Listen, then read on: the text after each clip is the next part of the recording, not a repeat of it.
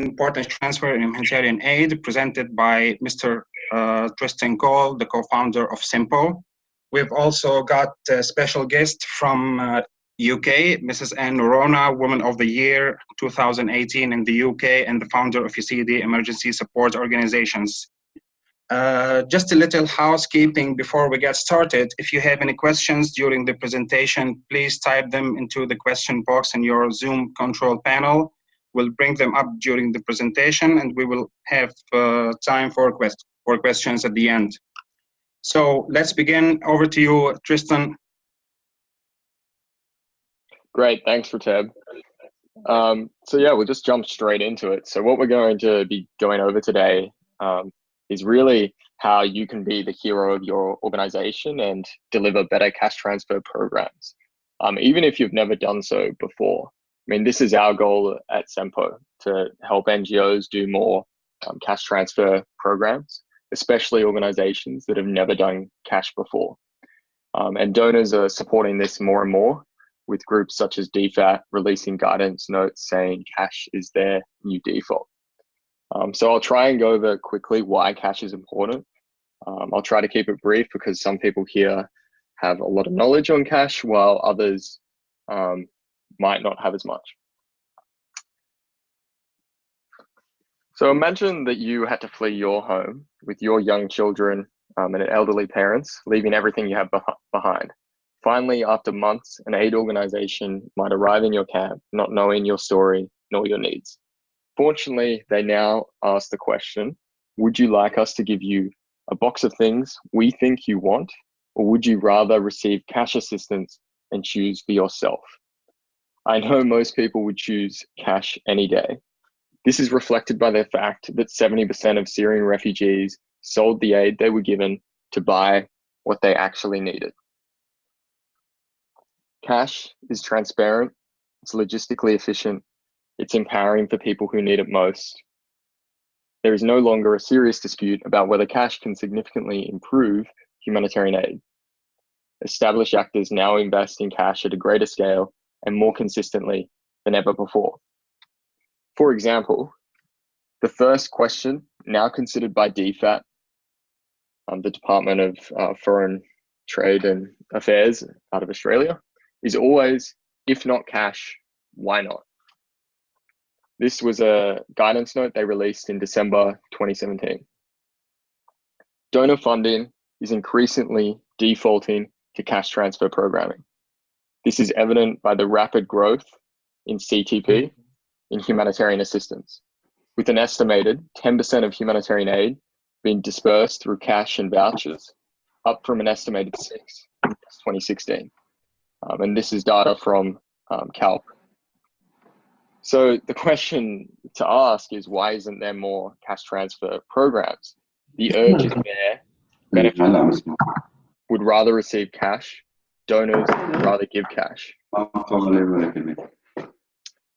The number one limiting factor is capacity. Only 40% of organizations surveyed by CALP said they have sufficient capacity to implement a cash transfer program. This is also reflected by the fact that over 70% of cash transfer programs are done by only two organizations, World Food Programme and UNHCR. At the same time, I mean, cash is not a silver bullet. It doesn't solve all the problems.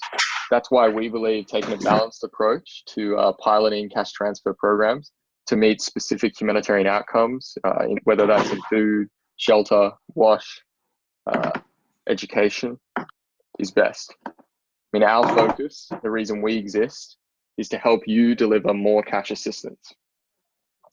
So that's a brief overview of why cash is important.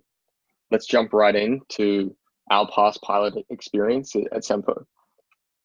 So since launch in 2016, we've already delivered assistance to thousands of people across Lebanon, Iraq, Greece, the Philippines, the United States, and even Australia. In September, we worked with Arc-en-Ciel, Lebanon's largest local NGO, on our largest project to date. And that was to implement a closed loop cash transfer project to distribute cash assistance to 150 Syrian refugees' families in the northern region of Akkar. We distributed 200,000 Lebanese pounds, or around 133 US dollars per family. And this was chosen by our conseil as the appropriate distribution amount based on the vulnerability assessment of Syrian refugees in Lebanon. So our key learnings from running a blockchain-based closed-loop cash program in Lebanon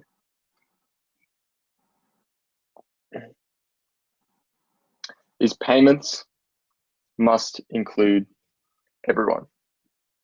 One sec. Oh, before we jump into key learnings, we're just going to let Anne of Yes, who's in the UK, talk about her experience working with us. Hello, can you hear me? Yes, we can hear you. Hi, so yes, we have been working with Sempo for the last month, and it has been a really fantastic experience. We went to the camp, my team leader, Badahan Kasim, went to our local Yazidi camp, Khanke camp, where many poor Yazidis are, and we focused on the poorest ones, and they quickly took to the app. They really enjoyed using it. The vendor in the shop was very helpful, it was a very simple process for us. It's something that we do anyway. We know where the vulnerable families are. We distinctly can verify them. We can take photographs. We can prove that they are the poorest ones. I mean, it becomes a little bit difficult if you ask them to then choose poor families that they would like to benefit from this, because then they have to pick their families. So it's important to have someone on the ground to be able to verify everything. But it worked really well. It's, you know, it's just such a simple process for them and for us. And it just makes it very clean as far as accounting goes. So, you know, we love it, and we'd love to continue working with you. It's been a really good experience. Is there anything you want to ask?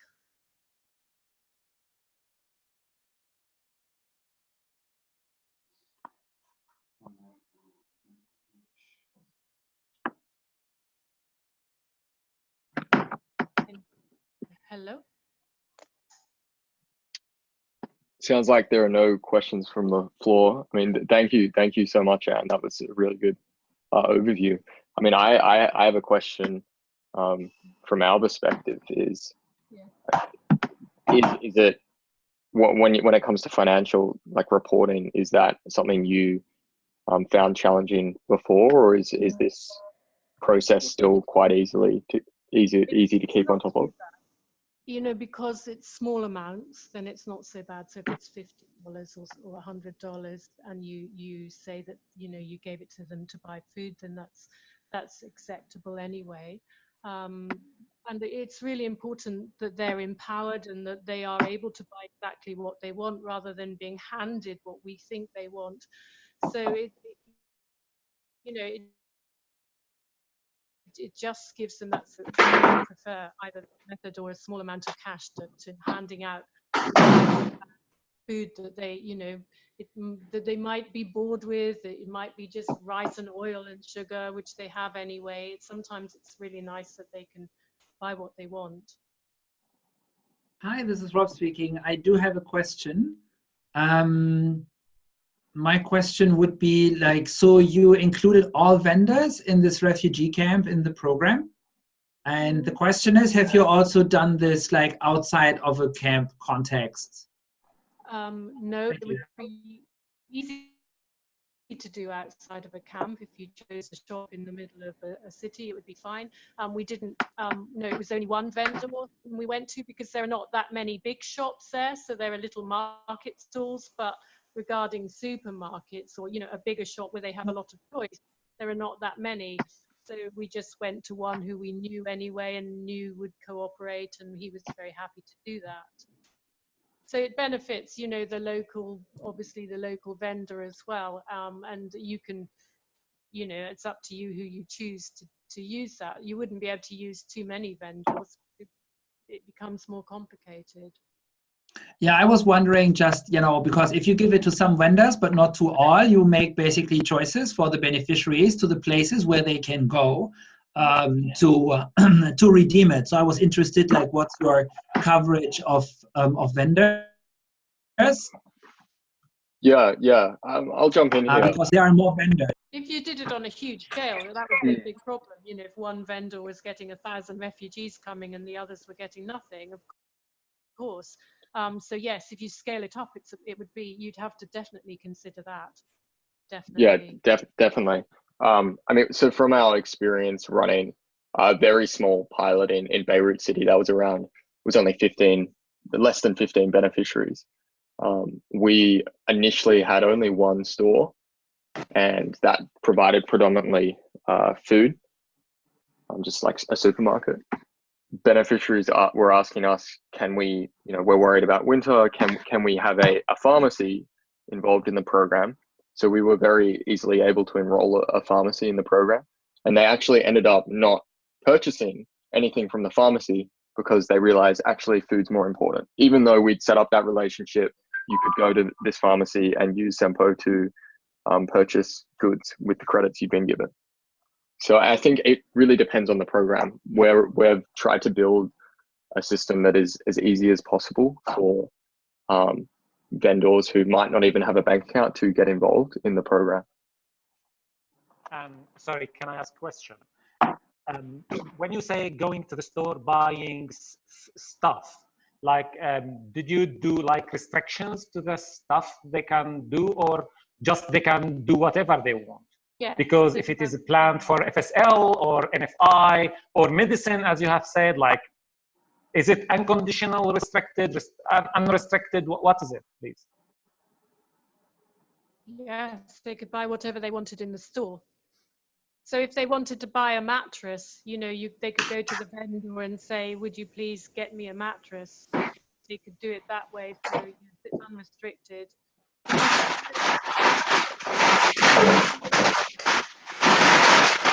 Someone's got their microphone on. You have to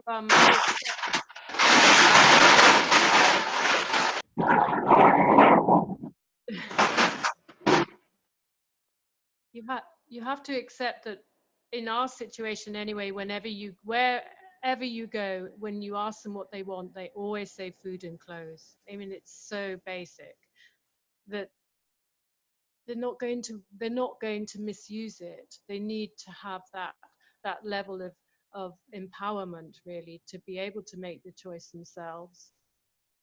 Yeah, exactly. I mean, the way we've built the system is it can be run as unrestricted cash. It can be run open loop even. We now have PayPal and bank transfer payouts if a beneficiary has the required KYC documents.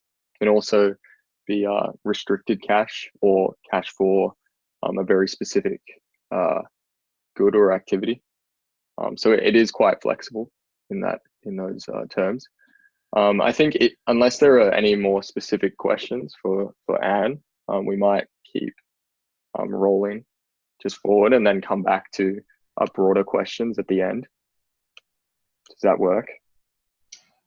I've got one question on the chat box, which could be for Anne or it could be for Sempo, but basically, can the Sempo system identify the goods that beneficiaries are buying, say when it's unrestricted?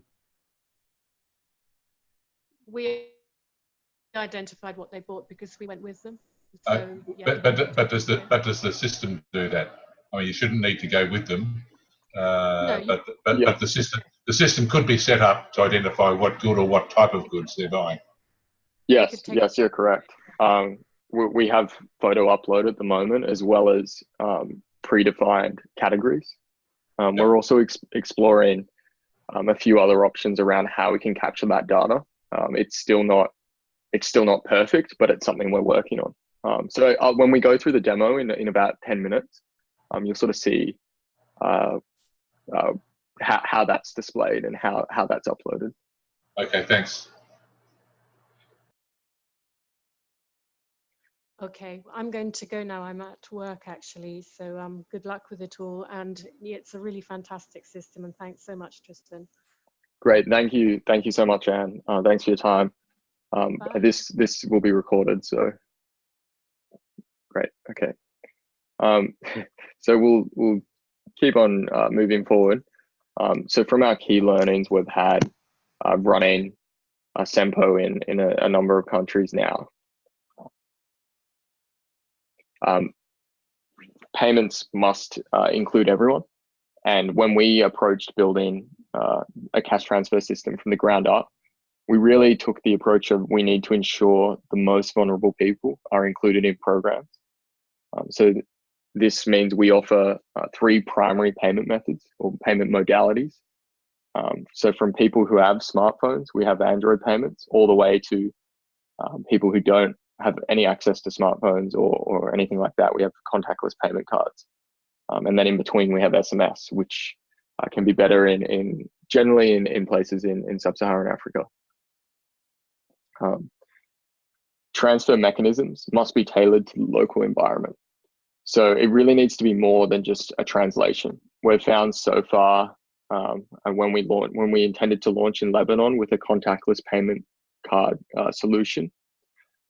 However, during the initial exploratory phase, when we were conducting interviews regarding people's experience with previous debit-based the contactless payment card programs, we found that recipients were writing their PINs on the back of the provided cards, and this caused some really big issues. So when a transaction was made, a card was handed over to the cashier, who would then enter the amount in the payment terminal and swipe the card and enter the user's PIN on behalf of the beneficiary. And this can cause issues where a beneficiary doesn't feel in control of what they're buying or how much they're paying for those goods. So when we went to Lebanon, we built an Android-based system that really puts the control in the hands of the beneficiary. They can see quite clearly how much they're about to send. And this, we've found, has worked really well, even with people who aren't necessarily completely literate, because it's mostly symbol-based. The next key learning is that closed-loop systems are really super critical. Many refugees do not have the required identity documents to pass KYC and other financial checks.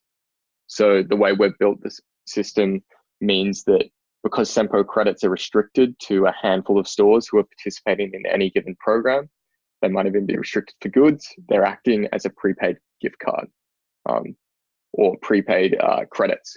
So we're not imposed to the same financial restrictions. For open loop programs, we have partnered with a local payment provider in Australia called Assembly Payments that manages all our compliance and risk associated with doing international bank transfers and PayPal transfers. The next key learning we've really had from the number of pilots in Iraq and Lebanon is that offline functionality is a really critical edge case. So while the vast majority of beneficiaries did have access to cellular data, some families really only used their mobile phone on Wi-Fi networks and had little access to cellular data. And we've found that this edge case, I mean, you cannot run a program without including the most vulnerable people or people who might not have a phone that is connected to the internet all the time. So with what we've built, you only need to log in once and access your credits, then you can spend offline.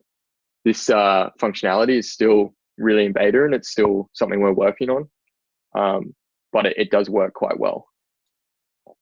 And then the final key learning we've had is recipients with lower literacy really can struggle to read and interpret prices. This was quite prevalent in Lebanon because Lebanese pounds often have a lot of trailing zeros, which means the difference between 10,000 Lebanese pounds and say 100,000 Lebanese pounds can easily be overlooked. And this is really prevalent with recipients who have lower literacy skills.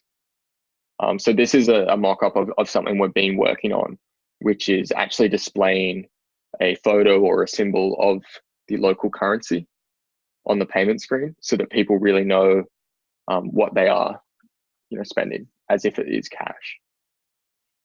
And this has been most of our learnings from running pilots in the initial pilots in Lebanon on the border of Syria, Beirut, Iraq, and Greece. And thirdly, I mean, this is quite a technical learning, but Ethereum transactions were only really viable as an asynchronous process. So Ethereum transactions are blockchain transactions, and that provided a immutable record to donors, and it's proven very valuable. But these transactions take a long time to go through. They can be anywhere between 30 seconds and 30 minutes. And the quicker the transaction, the more it costs. So in order to keep transaction costs low, we had to do this as an asynchronous process. So when you make a payment, it's instant. It goes through an initial phase and goes into a pending state. So it's gone through on our database, and then it goes through after the fact on the Ethereum blockchain. So I guess we'll go straight into how Sempo works. And this is a pretty high level overview.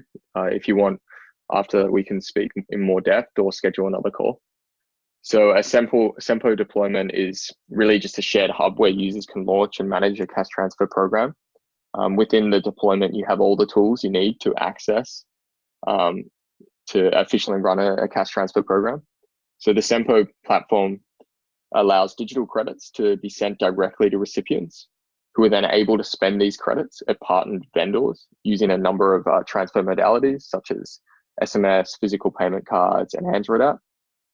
Vendors can then either trade these credits for their own purposes, depending on how the system's set up, or request a reimbursement via traditional payment providers, which is like a bank transfer. So we can also be running an open loop form where beneficiaries are able to exchange their credits for physical cash at participating vendors or are paid via their preferred payment method. Currently, we support Swift bank transfers and PayPal. We're also exploring a few mobile money options. The one caveat to that is when you're distributing like real money, real cash, we do need to perform KYC, which means that not all beneficiaries or not all vendors have the required documents, but that's all done through the app, and is really on a case-by-case basis. So going into the process, it's really quite simple. You enroll, you can then distribute and then monitor the program, and that's all from a lightweight web app, which works quite well. So I mean, just very quickly, enrollment is done predominantly by in-person interviews, or it can be you can upload a pre-selected or pre-identified list using Excel, or we even have a peer referral process that we're exploring, which is in-app signing. Then payments, funds can be quickly and transparently distributed, and this is backed with a blockchain-based system. So we offer two primary payment solutions: fiat-based payments and cryptocurrency payments. So fiat-based payments are powered by Assembly Payments, a regulated Australian financial payments platform. This enables us to offer all the KYC compliance, financial compliance for bank and wire transfers and escrow services to you. And then on cryptocurrency payments, where we only offer this where it is legal. So not all countries we can offer this service. So cryptocurrency payments are powered by MakerDAO's DAI token, which is a decentralized stable coin. So it is pegged 1-to-1 with the US dollar, and that's built on the Ethereum blockchain. Then from a monitoring perspective, programs can be monitored in real time on a dedicated dashboard that helps you quickly understand the insights on payment volume, transaction size, trends, and then we have a data export functionality for in-depth analysis. So all the data that you've put into the system, you can also get out if you need it. Program evaluation is also quite easy with request-driven feedback. So that's powered by push notifications and SMS, making collecting data simple and fast. So I'll jump on to a very quick demo video that is being pre-recorded. If you want to see a live version, we can set up a call later to go over it. I just don't want a handful of people on right now.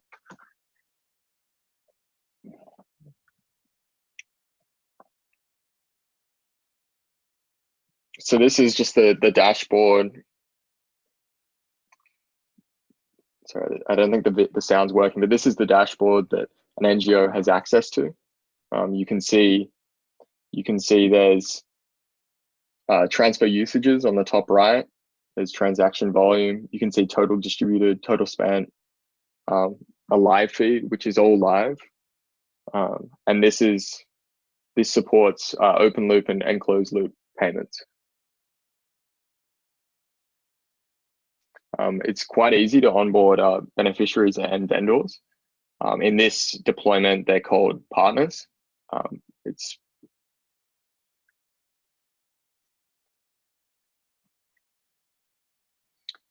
So here we're going to add a beneficiary. This is just doing it one by one. And then a Lebanese phone number in this case.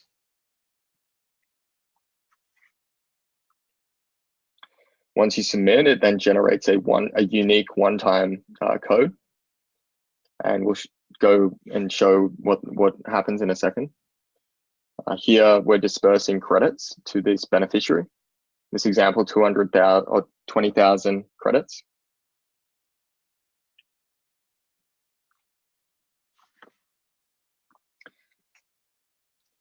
So this is then the Android app that we've got for the beneficiary. They log in with their mobile phone and the one-time PIN they were provided. So we've run instances where the one-time PIN is sent via an SMS text message if we know who they are, as well as in-person sign up. Here, we're setting a new PIN. So this means that the beneficiary has complete control over their digital wallet. So only they know the PIN that they've set that's private. And then this screen is the vendor screen. Here they charge payments. It comes up with a payment QR code. This is the beneficiary flow. They simply scan the beneficiary QR code. It then shows up the payment amount, and it just asks if they'd like to make that payment. And this was built this way to avoid most of the problems we witnessed using a debit card based system, where a beneficiary was writing the PIN on the back of their card. So that all happens, and that works as that's an online flow. We also have an offline functionality. Here is the contactless payment card. So those cards can be binded to any beneficiary account. And here you can see the vendor can select a general category of what the funds are being used for.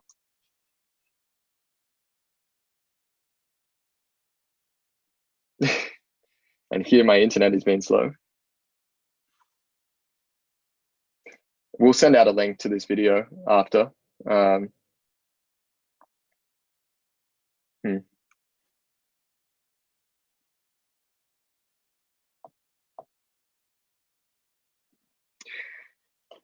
The final part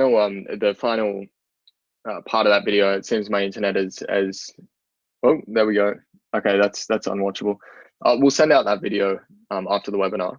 The final part was just showing the transactions in real time, and then showing the transfer usages, and then the asynchronous blockchain transactions. So that comes up all in a few seconds after. They come up as pending transactions, and then they resolve a few minutes later generally.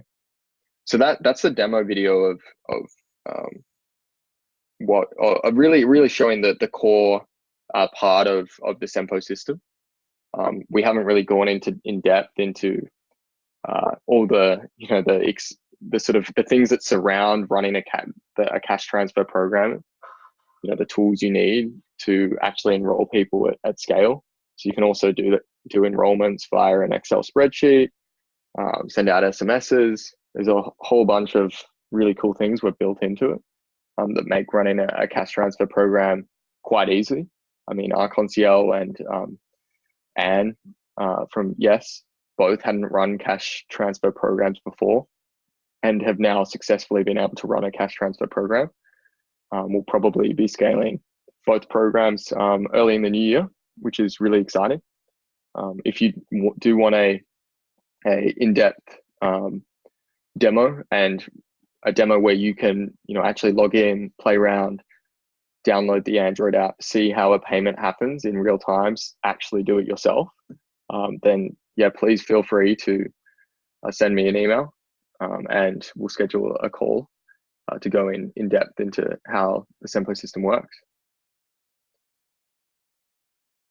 So these are just a couple of partners that we're working with: Concierge, Save the Children, ActionAid, Give Crypto, Yes, and Anne was on the call from Yes.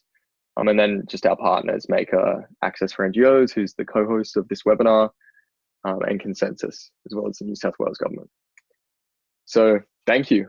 That's really wraps up the webinar. We've tried to keep it reasonably short, so we do have some time for questions. And if you are interested in a demo and interested in being able to log in and have a look at a deployment, then please just email me at tristan@sempo.ai. Thanks. Are there any questions? I'll have a look at the chat now.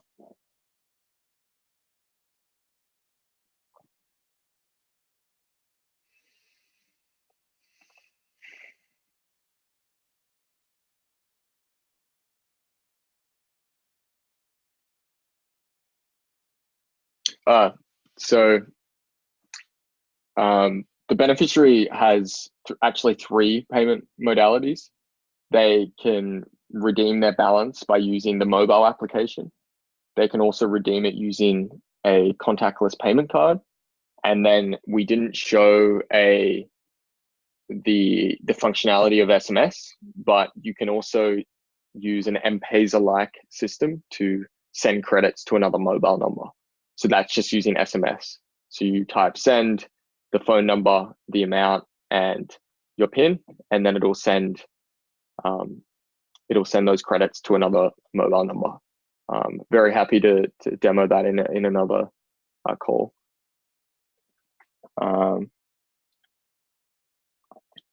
So how do we pay the vendor? So right now we have 2 payment options for paying a vendor. The first is just a traditional bank transfer. So that's done just traditional international money wires. So the vendor will download the Android app. They can then verify their identity to pass KYC. That generally takes less than 24 hours, but it can be 3 days. Once they've verified their identity and pass KYC, we can then do bank transfers. We generally do a rolling credit cycle, which is either weekly or monthly, which makes it quite simple. We also do offer PayPal, but apparently PayPal is not offered in Turkey. Would you please show us an example of a purchase receipt and items purchase list? See if I've logged in here. In terms of a purchase receipt in the app, there's a section where you can upload a receipt into the Sempo system. So this works quite well. We then have that receipt and that's turned into structured data, so you can then see that on the dashboard. We're also exploring a few other ideas around getting some more in-depth data on what people are spending, from just taking photos of either the goods they bought or asking the vendor to input items, because most vendors don't have a point of sale system, or not every vendor does. My internet seems to be quite slow at the moment, so I apologize for not being able to show more in-depth data on a purchase receipt. But really, that's just uploading a photo of a receipt.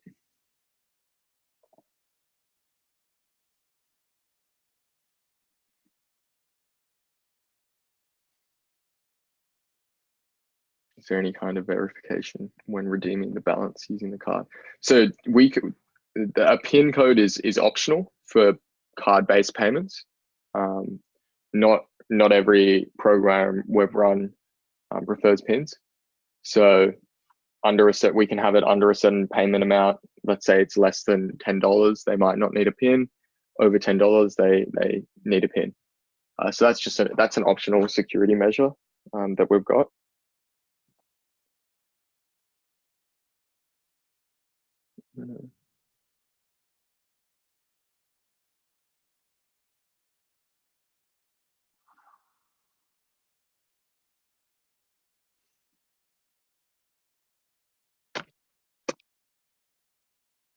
See if there's any more questions. I'm just scrolling through.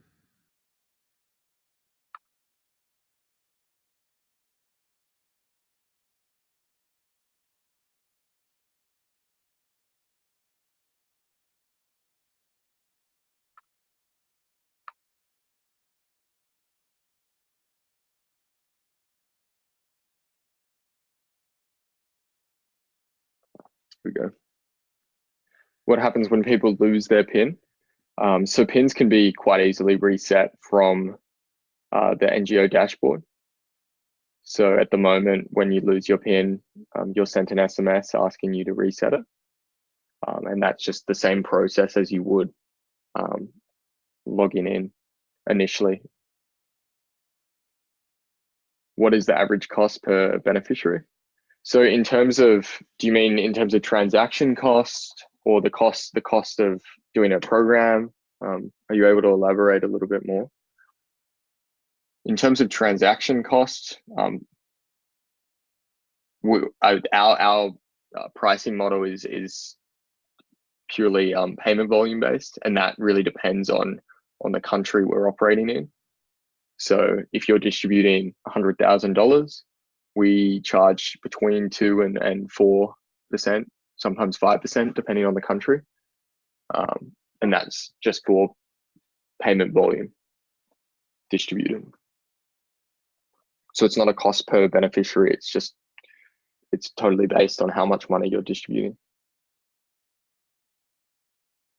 And then on top of that, we can set up escrow accounts for an NGO to actually put in funds into a bank account, so they know they have $20,000 in this bank account, which means when they do run a program, it's very easy for those funds to then be distributed really quickly. If we need to hire such method, should we be contracting the suppliers? So generally, the legal contracts are between the vendor and us, because we're paying them via bank transfers. We've also used the system in a way where we're much more of a credit tracking process, and we don't actually manage funds, if that's how you'd prefer to run Sempo. But generally, we prefer to do pilots, which there is no banking system in Syria.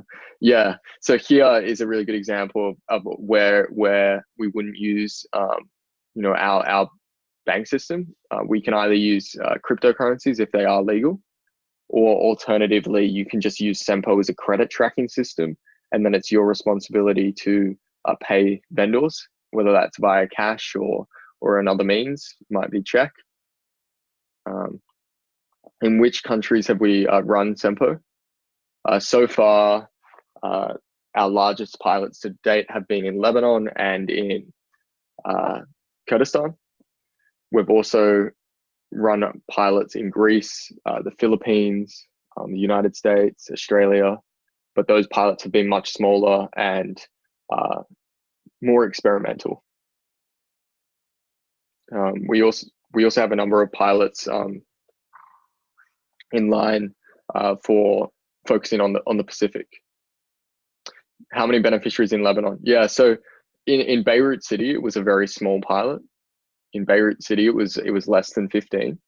On the border of Syria, so in the northern region of Lebanon, we ran a pilot with 150 families, which is approximately 700 people. And that's expected to scale early next year. So with 150 beneficiaries, 700 people, we predominantly had just one store for that pilot. And that was 200,000 Lebanese pounds per person.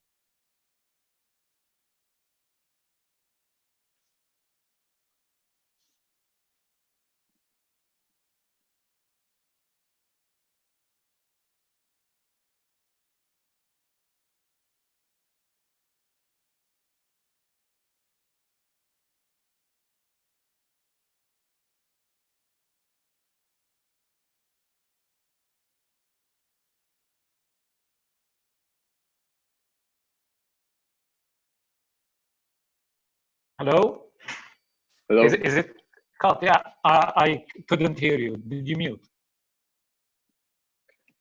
Yeah, I muted for a second. I was just letting people ask more questions.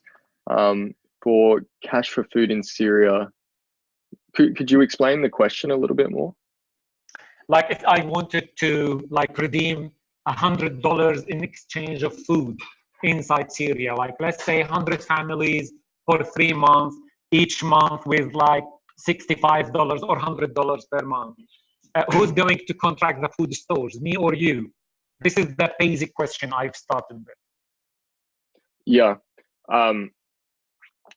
Generally speaking, we will work with you and the local partner to identify what are the appropriate stores to involve, and then the contract. So you might speak to this store and explain why you're running a cash program, the basics of how it works. We have a handful of documents and documentation to support those conversations, and actually clearly explain this to the vendor. The legal contract, if it is in a if we're doing fiat-based or cryptocurrency payments, and it's not a credit tracking system, it's a payment system. That legal contract is between Sempo, so us, and the vendor, so that they know they're paid on a credit cycle, which might be 1 week or it might be 1 month, depending on the size and length of the program. So you'll help us enroll the appropriate vendors. And then once they're enrolled, they're part of the system and can provide services. Does that make sense? I might not have explained it super clearly. Unfortunately, no, because like for me as an NGO, I would love to have one supplier like you providing full services, that I don't have to involve my team doing market assessment, vendor list, doing quotation or call for like quotations, and then contracting those suppliers aside, and then contracting you to provide this service to those suppliers and teaching them to use these methods inside Syria. Like there is a lot of logistics issues here. So I would love to deal with only one partner, one supplier, to have a legal contract in Turkey with one entity dealing and providing all others. This is my question.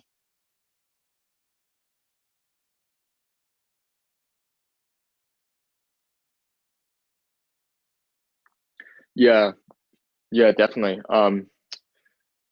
So in Lebanon, when we ran that pilot, we did travel to Lebanon and worked with the partner.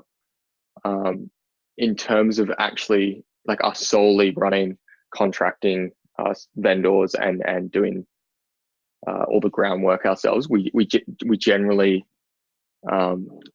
don't. We generally don't do that, but I'm going to ask Paula, our cash advisor, to jump in here. I think she might be able to give more insight onto this. Yeah, hi everyone. Good morning. I guess the question is fair in terms of like the convenience. I don't know how feasible it would be in terms of like the transparency of how you manage the grant that's allowing you to do that.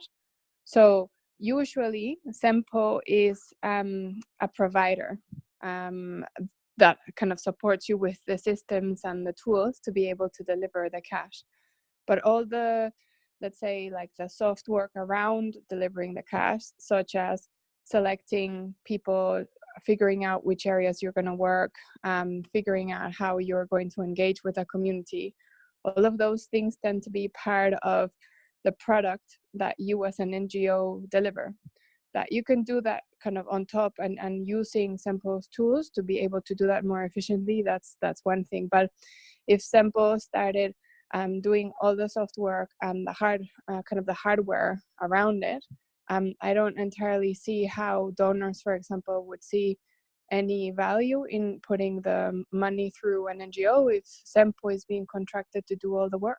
So perhaps I didn't understand your question correctly, or perhaps this is like an evolution that we have not yet had kind of the opportunity to explore. Maybe I haven't explained myself well. I haven't said a word about beneficiaries. For sure, engaging the community, selecting the beneficiaries, all the working on the ground, even monitoring your system and vendors is our responsibility.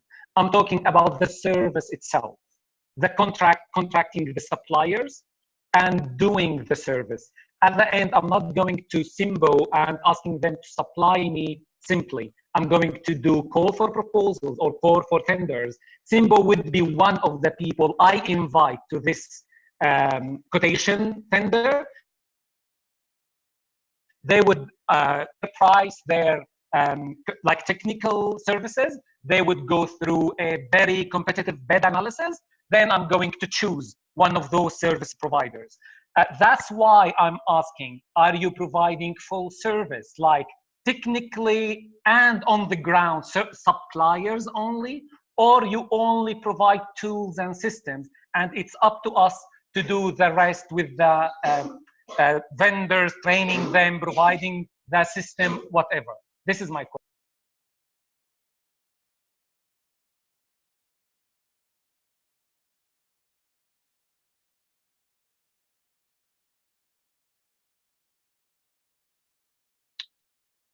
Generally speaking, we just provide the tools and technical support around running a cash transfer program, but we have started exploring more programs around contracting us directly.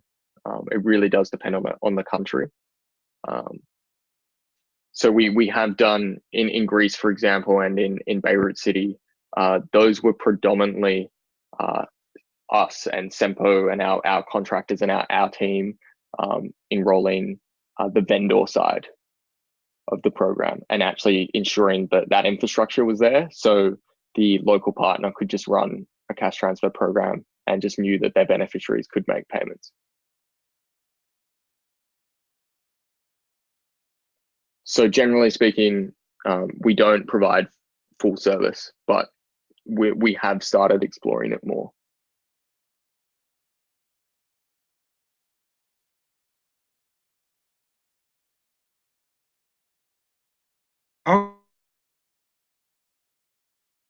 Okay, thank you, Tristan. Thank you, Paula.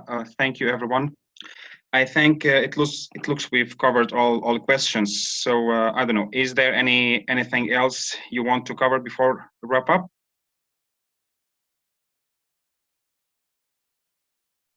I think that's it for me. We've covered everything. I'm really excited about sharing the work we're doing and the learnings, and really excited to potentially work with some of you in the future. Sure. Great. Okay. Thank you, everyone. We appreciate you being here. For more upcoming webinars, you might visit our website at www.access4ngos.com/webinars. Again, thank you for joining us today, and we will see you next time. I wish you all a very pleasant day ahead. I'm sorry to interrupt. I can see that there's a question here, Tristan, about prices and brands. Yes. Hi everyone. Sure. I'm Hakim, talking from Turkey. Can you hear me? Okay, please. Sure. Yeah, sure. Go ahead. Just from your previous experience, I want to ask about the issue of prices, and how did you deal with this? This is first. The second one, based on previous experience, we have contacted different suppliers or vendors for NFI items with restricted list of items without fixing the prices. However, here one issue has raised that the people, that there's different brands of the same item. So there are some items that with high quality items and items with low quality.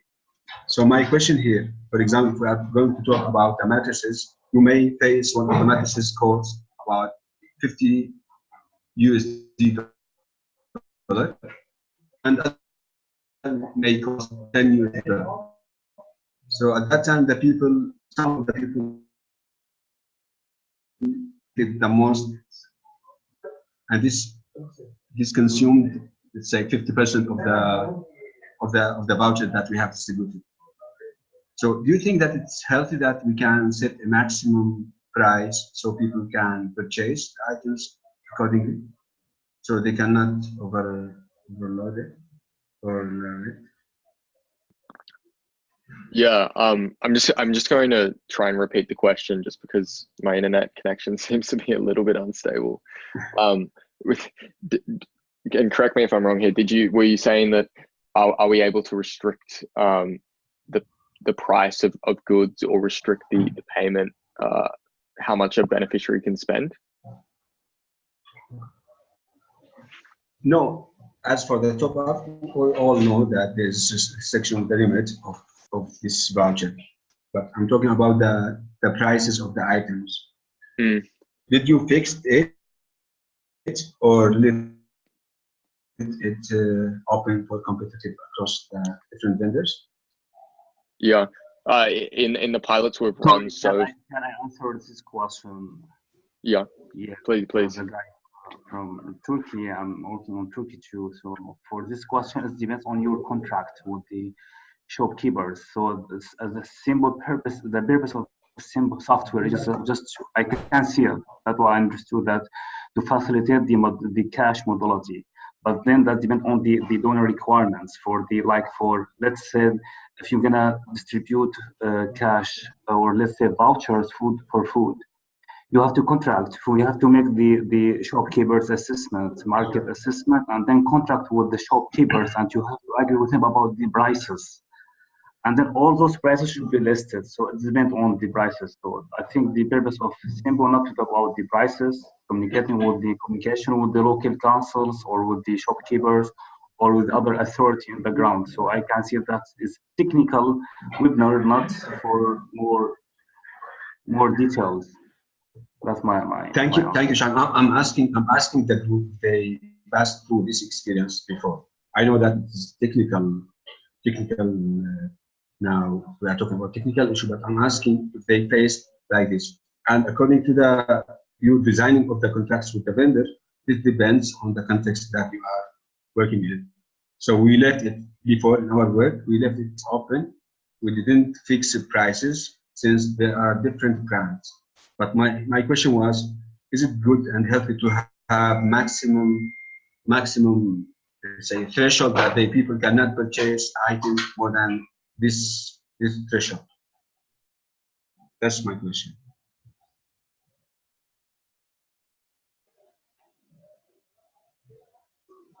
From my side, if you are asking me, sorry, maybe we can talk later after this webinar. We can share with you our experience. We had a fund. Thank you. From OCHA, so we're gonna tell you how it was implemented. But it's good to know more about Sempo. Of guys, if you shared with us my video link and some docs. Maybe if you have like paper book, I don't know what it's called. Just explain more about Sempo. I can share it with the IT manager to see if we can implement it. Then we can keep in touch with you for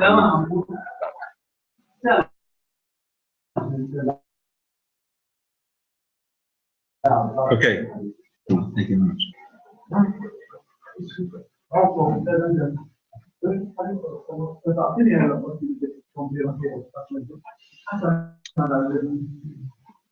Okay, I think that question was more or less answered, if I'm not mistaken.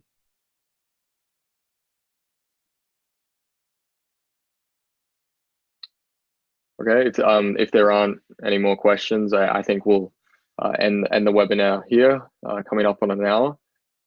It's been great. It's been really, really great speaking with you all and then sharing our learnings and our experience so far running cash transfer programs, predominantly in the Middle East and nearby. If you'd like a more in-depth demo, please feel free to email me and we'll schedule a time to take you through the system in more depth. We will be sending out a link to this recording, as well as the presentation and the demo video that we've got as well. Great, thank you very much, and have a great rest of your Monday. Thanks. Thank you very much. Thanks. Thank you, Tristan. Thank you, everyone. Thank you, everyone. Bye. Thank you, but sorry, Shahan, from which organization you're working with? Big Heart. Okay, thank you. I'm gonna call you later. Thank you. Okay. Talk to you. Bye bye.